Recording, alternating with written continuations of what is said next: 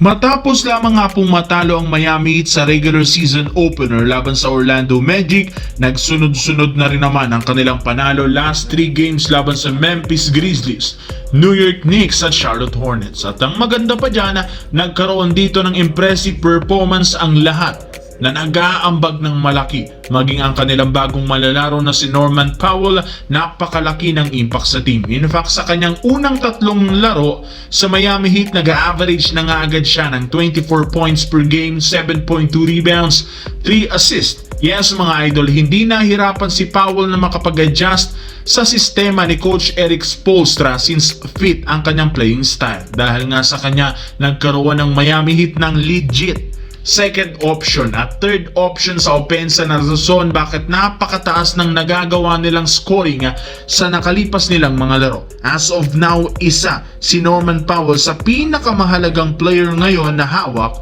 ng Miami Heat. Sa kabilang banda, mamaw maglaro ang Klay Thompson ng Lakers. Marami nga ang natuwa ngayon matapos ang napakagandang laro ng Lakers kontra sa Timberwolves.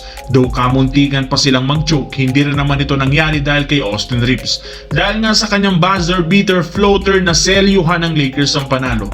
At sa ngayon, 2-0 na ang kanilang regular season series kontra sa Minnesota. Iba na nga ngayon, hindi na nananalo ang Wolves sa kanila.